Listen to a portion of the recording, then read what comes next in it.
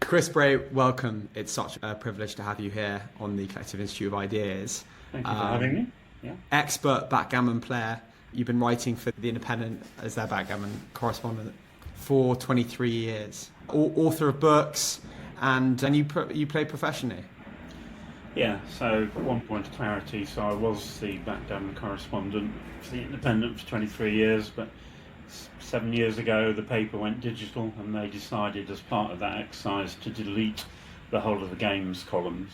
So I had a column but no home. I'd been badgering the Times for years to have a backgammon column, and coincidentally around that time, or just after the Independent went digital, they sacked their chess correspondent for plagiarism and decided to expand the games that they covered. So they finally acceded to my request to have a backgammon column. There's also now a poker column and a Scrabble column and a few other things. So the Times has by far the best coverage for games in the UK, and I've been doing that for 6 years. Amazing. And what do you normally write about? Is your brief quite wide? My brief is what I choose it to be. The limitation is 361 words maximum. It will always include a position. Sometimes it will just be analysis, sometimes it will be an anecdote, sometimes it will be tournaments. We've got the World Championship coming up in 3 weeks' time in Monte Carlo, so there'll be a host of positions and stories from there. I have a cast of imaginary characters who play in what's called a chouette, which is the multiple player version of the game, so that again adds a level of humour. I use Holmes and Watson, so I can do what I like basically within that framework of 361 words. But it's edited 3 times. It's edited firstly by my wife to make sure it's common sense English. She's a good backgammon player in her own right. It's edited by Ray Kershaw, who's one of my colleagues for many years, and then it's edited by the Times to ensure that it fits into the Times brief. Yeah. So by the time it reaches the public, there shouldn't be any mistakes. Oh, it feels somewhat a privilege to be able to write such a paper, but also definitely for them to have you. People are reading about you online. You're a popular man in the community. What have been the most popular articles you've written about? It's more about books than about articles, because several of my books are anthologies of my articles. One article is probably not going to change the world, but one good book will do. So I started by doing an album of my independent articles, but then I wrote Backgammon for Dummies at the request of the Dummies guys in the yellow and black livery, and that has sold phenomenally well for many years. Unfortunately, when you write for Dummies, you get a one-off fee. You don't get any royalties, which is a bit of a bummer, but there you go. And then the only thing about Dummies is it has a very prescriptive style, and the editing was very finicky. So I then decided to write the same book with a bit more content in my own prose, and that's called Backgammon to Win. And that is my best-selling book by a country mile, basically. Yeah. So well selling, in fact, we've got one here. There you go. So I recommend all viewers. So Backgammon to Win by Chris Bray. Yeah. For those of you listening. Available on Amazon, obviously. And it's quite varied, really clearly broken up. You start with a short history of backgammon, the basic rules of play, the opening roll, responses to the opening roll, advanced doubling. People sometimes can dismiss backgammon as being, it's just luck. What do you say to that?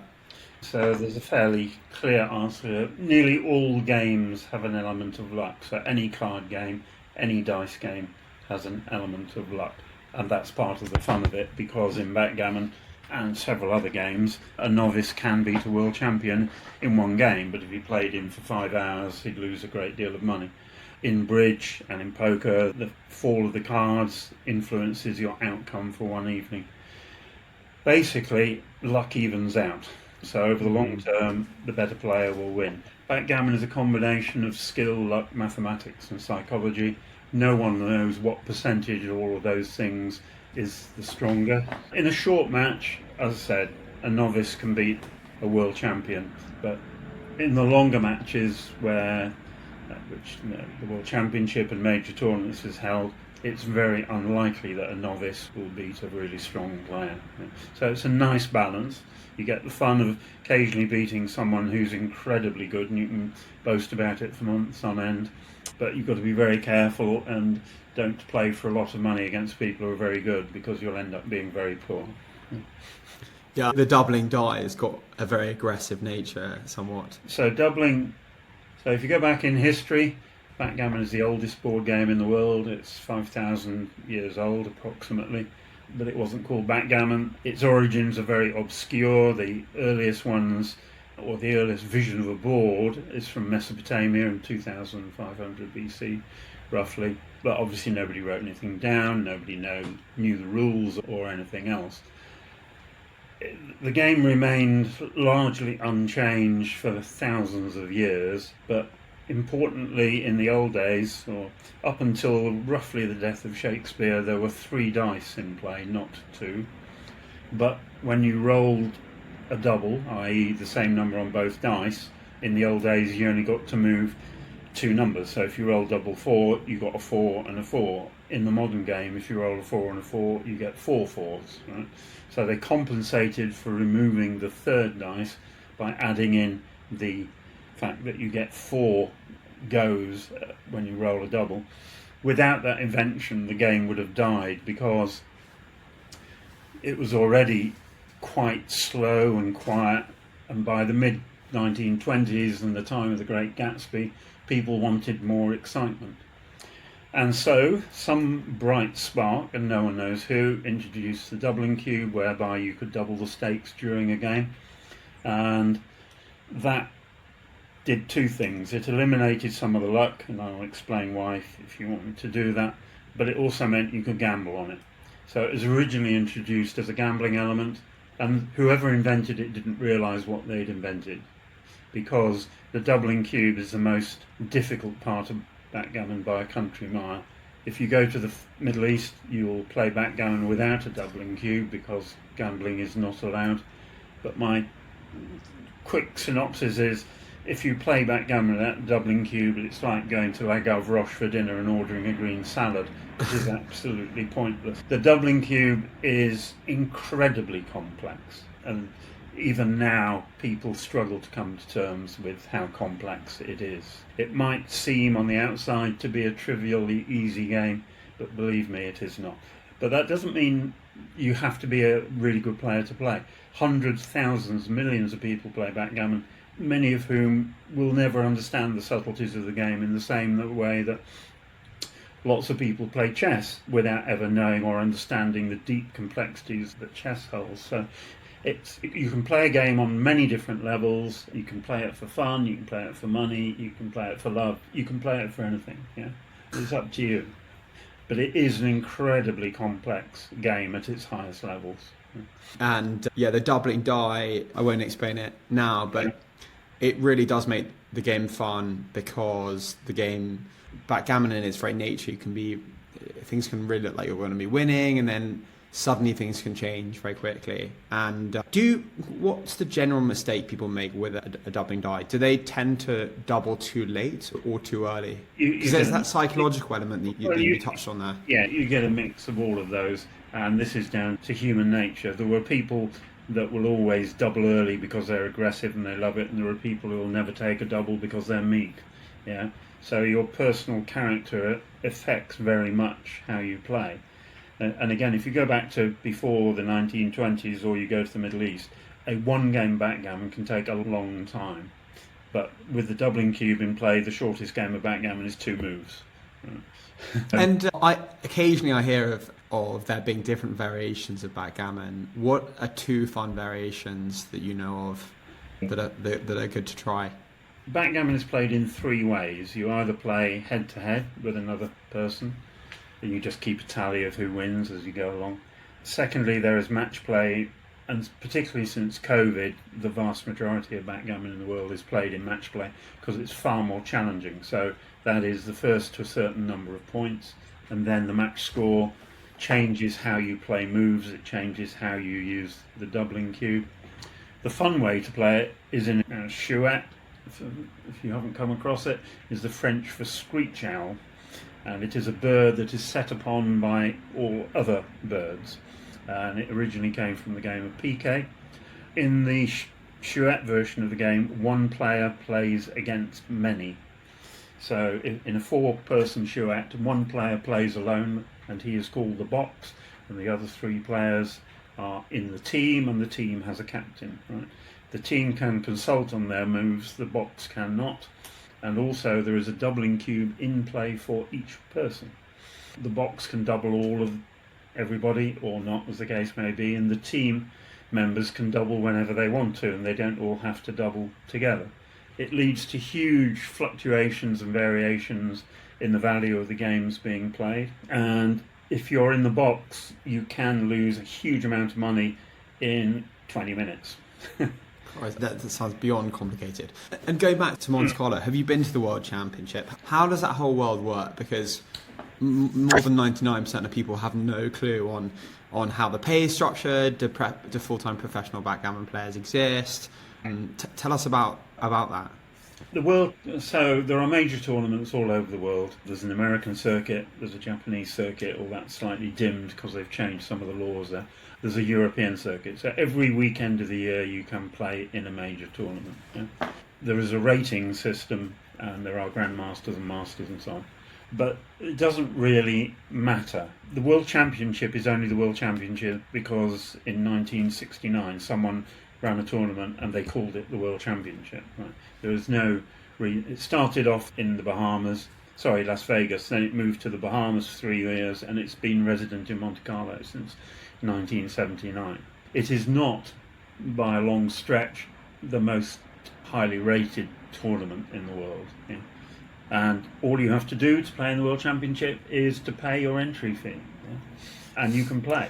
And obviously, you could be throwing away your money if you're a novice, but there are a good 10 to 15% of people who turn up in Monte Carlo every year have got no chance of winning. They're there for the ludicrous off chance that they might one day win the World Championship, and the kudos that carries with it. Yeah. And what do you win if you win it? Probably about €70,000 roughly. Yeah.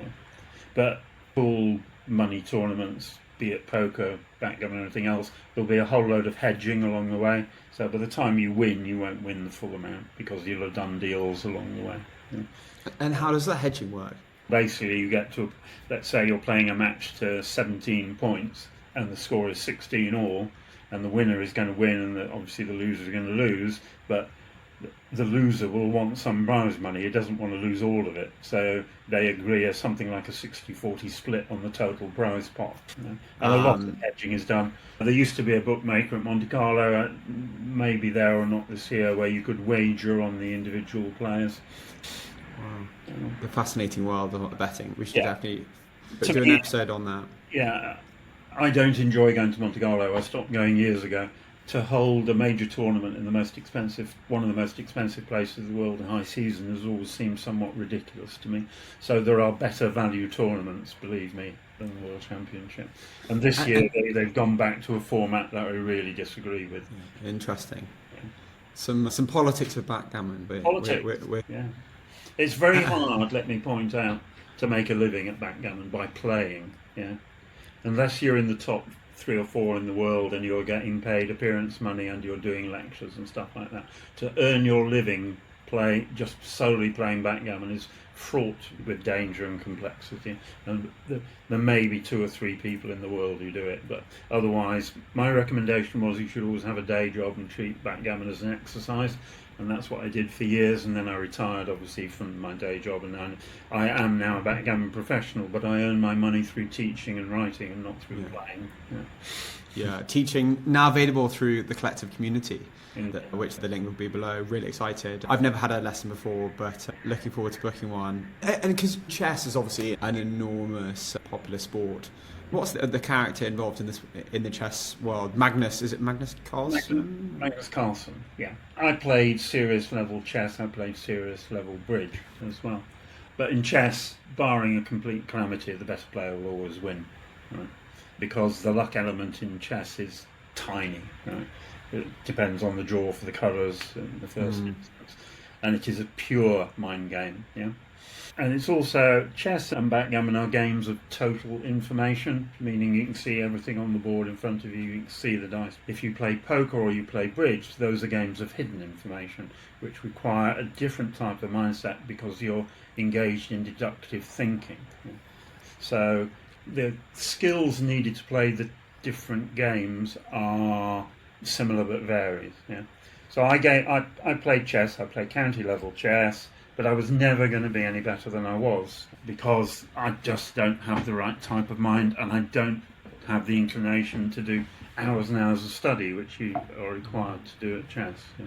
So I discovered backgammon and that played to all of my strengths and that's where I ended up. Yeah. How would you segment the skills of backgammon? You talked a bit about the maths and the psychology. So backgammon is largely a game of two things and one additional. So largely it's a game of pattern recognition. So if you see a position in front of you, you will have in your mind positions that you have studied and games that you have played, and you can recall those positions, adjust for the position in front of you, and then make a decision. What that means is you don't get any child prodigies at backgammon because you need a library of positions in your brain before you're able to make effective decisions. Yeah? Secondly, it's a game of arithmetic. There's a huge amount of counting in backgammon, and if you're not very good at mental arithmetic, it's fine most of the time and you can still enjoy the game, but if you want to be a world-class player, you have to be pretty good at mental arithmetic. And counting. Thirdly, there's an element of psychology because you're talking about a game where effectively betting is part of it, not directly when you're playing a match, but certainly if you're playing for money, there's a lot of psychology in backgammon because people have a fear of losing, yeah? And they also have a fear of winning. Yeah. Can you think of really good players who, on the psychology side, have demonstrated unusual approaches or clever things that they've done? It's not an unusual approach, it's the ability to apply pressure. Backgammon is a game of risk and reward, and every move and every decision has some risk and some reward. And you can, certainly with the doubling cube, and particularly when the doubling cube gets high, you can bluff. Yeah? There's a guy called Nat Ballard in the United States who famously said, in matches I will often redouble my opponent, which means the cube goes from 2 to 4, in the hope that he will pass, because once the cube gets to 4, then basically you're feeling the pressure immediately. And if you read your opponent correctly, people like Nat are very good at reading their opponents and knowing whether they will take or drop, irrespective of whether it is technically a take or a drop. Yeah? In ancient Persia, backgammon was known as Nod. I'm sure the pronunciations. It was believed to represent life's unpredictability, and the dice symbolises fate. And the checkers represent the struggle to move through life despite chance. You can't help but acknowledge that parts of life do feel similar to backgammon. Do you feel that's true? There are many people who've invented many different interpretations of backgammon. There's an astrological explanation for backgammon, comparing the points as day and night and all sorts of things. I'll listen to it, but I'm not going to be influenced by it. If you're trying to find an excuse for something. It used to be called duodecim scriptae tabulae with the Romans, and Nero was a very strong backgammon player, it was called tables for short, and he would play for the equivalent of $10,000 a game in ancient Rome. But of course no one actually wrote down what happened if the opponent won, because I suspect they won't have lived very long. Can you think of, have you got any particularly unusual memories playing backgammon? Maybe it's this character you played, or someone's thrown a backgammon weekend that's involved some quite nuanced, amusing things. Oh, we used to have great fun. So back in the old days when Victor Stocks ran Lounge, so Victor ran the Playboy Club for many years, and Victor was a very average player, but he showed me a check one night for, I think it was something like $200,000, and that was the tax on his winnings from the preceding year that he was just sending off to the IRS in the US. And people played for ludicrous amounts of money. There are only 3 instances of people having been killed while playing backgammon in arguments. There are 2 at bridge, by the way. And we used to... when I was young, 30, 40 years ago, we used to play in a chouette. We played in a pub in the Gloucester Road. We'd play there till 11 o'clock. We would then jump in our cars, and one of the guys had a half share in a place called the Mediterranean Kebab House in the Earls Court Road, and we would play there till 5 in the morning, and we would then all go home and try to get to work for 8 o'clock the next morning. But I was playing there one night against an old friend in an incredibly complex position where both players held lots of points in their opponent's half of the board, and we'd all had a lot to drink, and Mike stopped me and he said, "Look, Chris, I'm sorry, I'm going to have to stop you, but which way round are we playing?" Yeah, so there are a few people like that. There's a nice story about James Goldsmith. So if you have a great deal of money, you can lose a great deal of money and not worry about it. And I had a friend who was playing Goldsmith, and he was winning easily, and then there was a freak set of dice whereby the game became an absolutely 50-50 proposition, with Goldsmith owning the cube on 128, I think, and they're playing for $500 a point. And my friend said, "Look, this is ridiculous. We're already playing for too much money. Why don't we just call it off? Yeah, because one of us is going to use a great deal of money." And Goldsmith thought about it for a minute, and he said, "Look, I'll tell you what we're going to do. Instead of calling it off, I'm going to redouble you to 256. Right? And he redoubled 256. We went on to win the game, and my friend spent the rest of the year paying off the loss on that one game.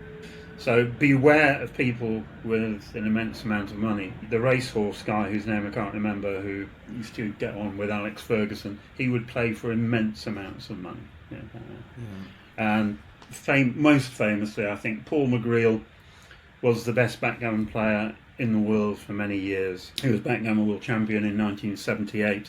He was a friend for many years, and fortunately he died about 7 years ago.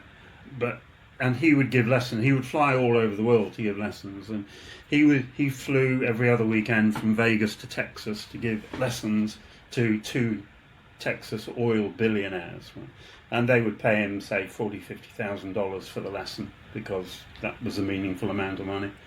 And then after the lesson they would play each other, and then they had to agree what they were playing for, and they said, "Look, it's got to be meaningful, because otherwise you can take any double or drop any double. Let's play for $1 million a point." And that's what they did. They played for $1 million a game. Yeah. Oh, wow. Right. Just beware of people with a great deal of money behind them. That's true in all walks of life, not just backgammon. the quirks of playing. So there's one rule for high stakes gambling, right? And that is this: you care not a thing about the money. You care only about winning or losing. And if you can do that, then you can be a high stakes player. And if you can't do that, then you can't be a high stakes player. Yeah? In backgammon, my rule is, if you're playing for $10 a point, you've got to be able to budget for losing 100 points. Yeah? So if you then can't write a cheque, old-fashioned terminology, we'll do a bank transfer, for $1,000 and sleep comfortably, you're already playing for too much money. Yeah, it's and I'm sure a lot of people, certainly myself, can remember the moments where we just made poor decisions, got carried away, which makes me think about the professionals. You talked a bit about character and how that influences outcomes and your ability to play well. What are some of the character traits that you can think about? For example, when you're doing badly, it can become very stressful. People can get overwhelmed. Cutting out the emotions and being pragmatic is obviously very helpful. What are the things that you think about when I talk about that? Yeah, it's not only helpful, it's essential. If you can't divorce yourself from the dice, then you have absolutely no chance of winning. If you've been watching Wimbledon for the past week, you'll have noticed Irina Sabalenka has got her emotions in check. So when she played in the French Open and lost to Goff, she did not have her emotions in check, and that cost her the match. In backgammon, if you cannot keep your emotions in check, you will lose. You have to be able to exercise the same set of skills, treat each position as if it was a new position, and go from there. There are two, in terms of a rating system, there are two super grandmasters in the world. Yeah. One is a guy called Dirk Schiemann in Germany, and the other one is Moshi. I can never pronounce his surname. He's just known as Moshi. And those two play consistently at a level better than anybody else in the world. Have you come across performance ratings? No. All right. Chess computers have been around a long time. People have been using them for years. They weren't very good. Now, obviously, with DeepMind and Alpha Chess and all that, they can beat anybody in the world.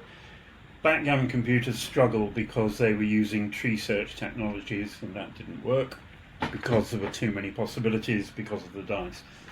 And then in 1991, neural net technology came along. So all you do is you give the computer the rules of the game and tell it to teach itself. It plays itself 500,000 times and it works out the strategy. And overnight, backgammon theory changed. So things that have been viewed as gospel for years were suddenly found to be completely untrue. And the game of backgammon was reinvented in 1994 because of the advent of computers. And the guy who did the first one didn't do it commercially. He just thought backgammon was a great vehicle for developing neural net theories. Yeah. And then commercial versions appeared with strange names. So we had JellyFish, we had GNU, we had Snowie, and now we have XG, Extreme Gammon, which has been the de facto standard since 2009. And has recently been bought by the guy who owns Uber, and it's about to have a huge investment poured into it to make it stronger and better and get all the user interfaces sorted out. Who involved in Uber is doing that? Travis, but I can't remember his surname. Oh, yeah, okay.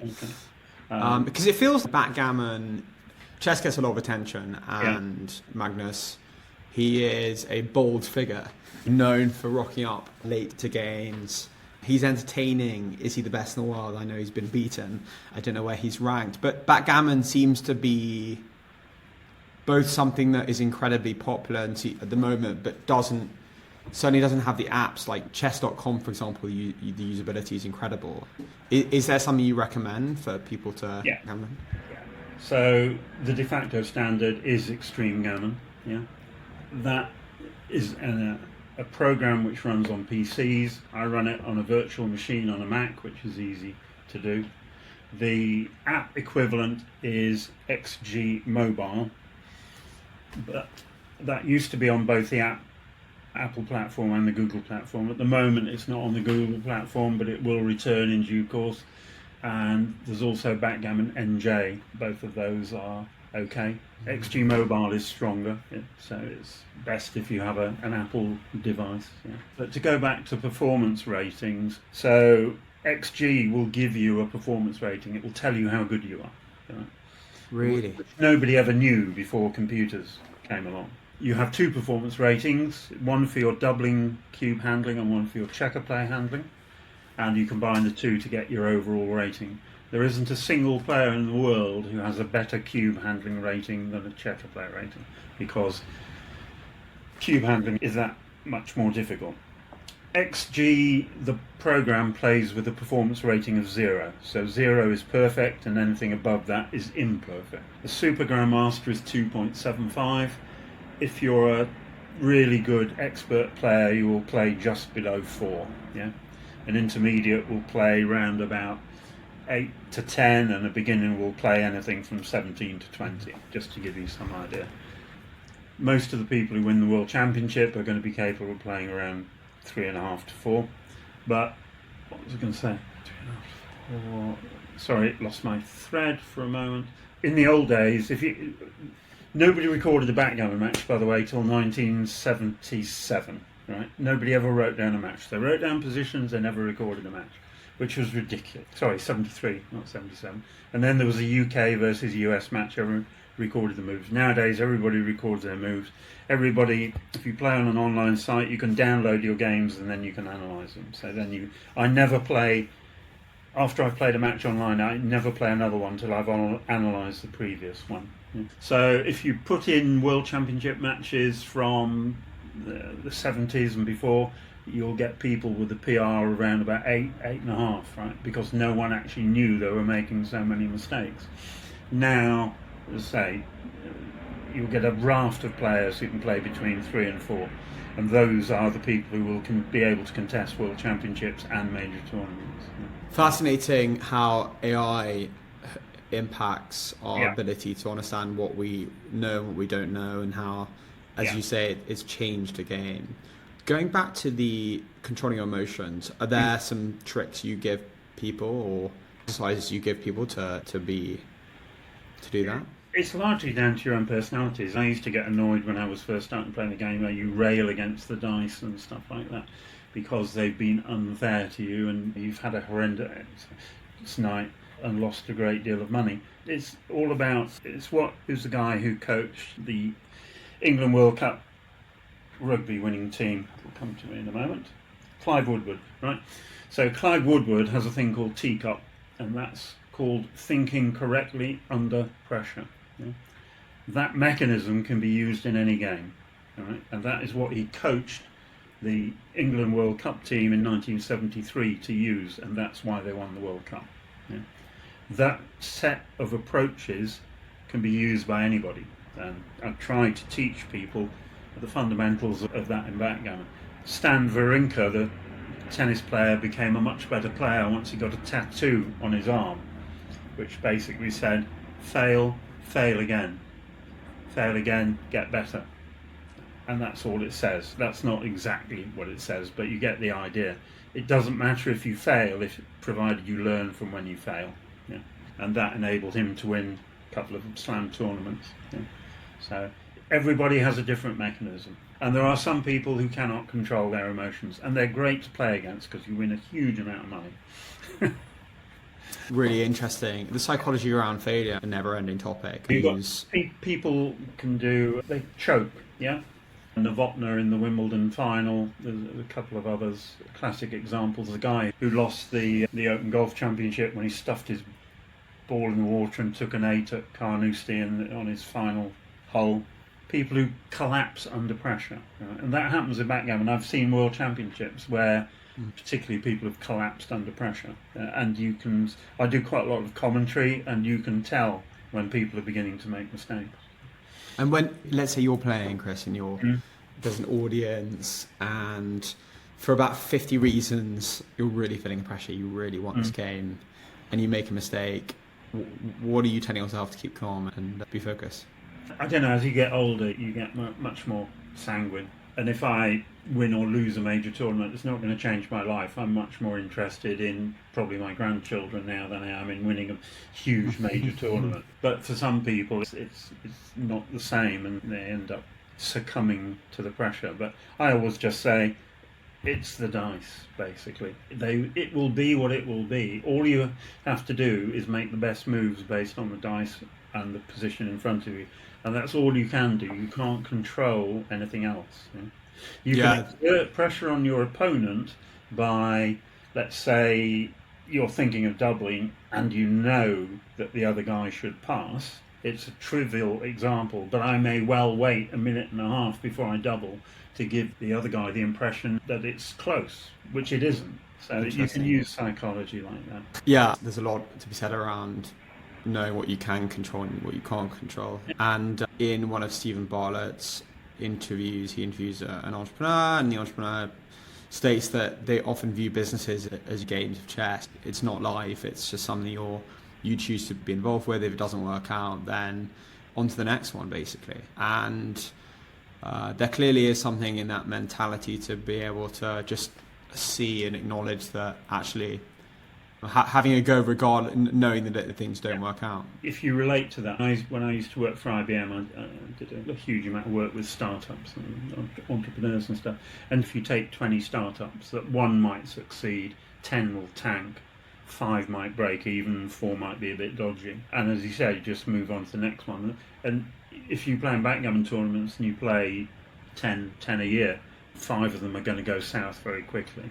But you'll hope to cash in 2 or maybe 3 of the others sufficiently that you're happy with the outcome. But you cannot win every game you play. I had a colleague in my club at home. He's a a world-class bridge player, and he came across to backgammon and played. And he was quite good, but he could never cope with losing at all. So after 2 weeks, he was gone. Yeah, I had a Formula One driver as a student, and his only reason for taking lessons was to get back some money that he lost from one of the other Formula One drivers. We probably achieved that. As a mental giant, he wasn't there. Yeah. I just taught him. And again, when you're teaching people, you have to recognise how far you can take any particular individual.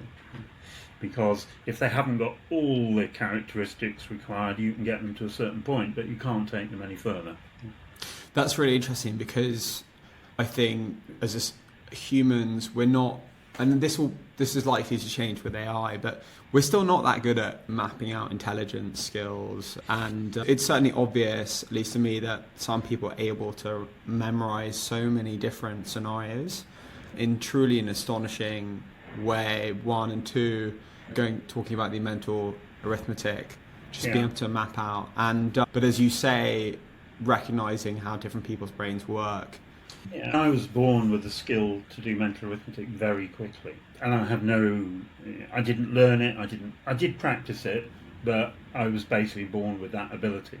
And if you're not born with that ability, I can teach you to count a backgammon. My fundamental belief is that anybody can count, right? They may not want to count, but they can count, right? But you're also under the limitation of a clock in major tournaments, and you may not have time to do that. If you're online, you get given the counts, right? But in live play, you need to be able to perform mental arithmetic very quickly. And if you can't do that, I can only take you to a certain level. Interesting. Can I put you on the spot? Can I give you some numbers to pull out? No, you can, but you can give me a try. But my skill, so most people's skills are related to what they do. Right? Yeah. So if you give a chess player or a backgammon player and you give them a minute to look at a board, they can walk to another board and reproduce it. If you put a set of chess pieces on a chessboard but not in a normal position and ask them to replicate that on another board, they have got no chance of doing it. Yeah, absolutely. And one thing I know when I play backgammon is I don't think about what the opponent's doing enough. Do you spend much time? That seems to be a very critical, useful way to learn about the game. So in any position, you should have a game plan, and you should understand your opponent's game plan. You want to execute your opponent's game plan, your game plan, and disrupt your opponent's game plan. Right? The dice don't always let you do that, but you should always have an idea of what you're trying to achieve before you roll the dice. They may not play ball. Yeah, I love that you allude to dice having their own world. There is a dice god. It's called Pipcelot. Pipcelot. Right? And you met your wife through backgammon, is that correct? No, I met my wife at university, but she taught me to play backgammon. Right? Years ago, she taught me to play, and I thought it was a stupid game. And then one night, I got involved. I was system testing software, and we had nothing to do. And some guy challenged me to backgammon. I said, "Oh, I can play, no problem. Let's play." And he said, "Let's play for money." And I lost 10 quid, and I wasn't having it. So at that point, I went and bought 2 books. Within 2 weeks, I got all my money back and a lot more. You have to be good at backgammon, you have to study. You have to read. You have to listen to online matches with good commentary. Dirk Sheeman, who I mentioned earlier, has written a book called To Hit or Not to Hit, which in my opinion is the best book on backgammon I've ever read. That only came out last year. There were 2. Paul McGreal wrote the book called Backgammon in 1976. For many years, that was the Bible. Right? Dirk, 3 years ago, wrote The Theory of Backgammon, which is a very heavy-going, virtually mathematical treatise on backgammon. But again, if you're going to be good, you need to have read it. Yeah, interesting. You can't. People come to backgammon and think it's easy and you can make some money, and that's not true. Like everything else in life, you get out what you put in. So you have to put effort in. I probably spend, a minimum of 15 hours a week playing. I will do study for 3 or 4 hours a week. I give lessons for 7 hours a week. So I'm constantly involved. And as you get older, of course, it gets more difficult to remember everything. Which is a bit of a bummer, but again, you can't do anything about that.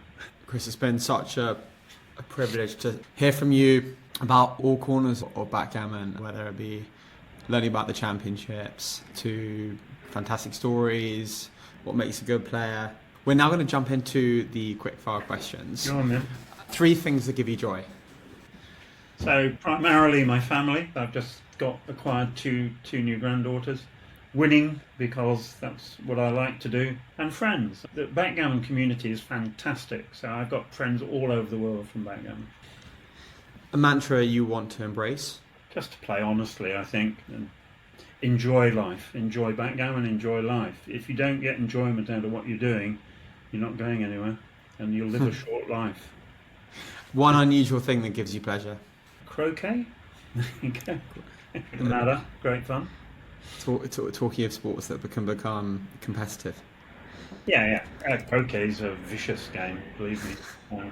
My back doesn't want me to play golf anymore, so I'm switching allegiances into croquet, but it's a fantastic game. A favourite book, film or artist that isn't obvious? Oh, that's a shame. My favourite book for years was Lord of the Rings, Okay. because I came from that era, and Jimi Hendrix was always my favourite artist, but that's going back in the sands of time again. Yeah. I saw his last but one performance. Which was where? Isle of Wight, 1970. Wow. Advice that you have been given that you are very grateful for? Tricky. I've been given lots of advice in my life, but probably the easiest thing to say is just don't let things get you down, because there are times in your life when you have great lows. I had a mentor at work once, and he would always look on the bright side of life. To be able to do that consistently is fantastic.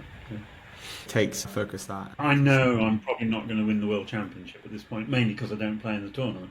I'm good enough to win it, but I'd rather go to my tournament in the Cotswolds. I'll play in the British Open this year. That'd be fun. Where would that be? Strangely, it's held in the exotic location of Leamington Spa. Okay. That's where you'll be. I'll be there at the end of August, yes. But I have a favourite tournament, which is in Beaulieu-sur-Mer, which is next to Villefranche on the French south coast. Just a fabulous place to visit. In fact, they cancelled the tournament this year, and we went anyway because we just like the place so much. And we'll be finishing up the recording now, but is there anything you want? No, I mean, if to anyone listening, I mean, if you want a quick fire way to learn backgammon, then just buy one of the books, be it mine or anybody else's, because learning by experience, it takes too long. So put in 2 or 3 hours spade work by reading a book. Find someone to teach you with whom you have empathy, and you can go quite a long way. And to me, it's the best game in the world. It gives me endless hours of enjoyment, both from a study point of view, but from a playing point of view. You get new positions every day that you don't understand, and you learn, like many things, you learn every time you play.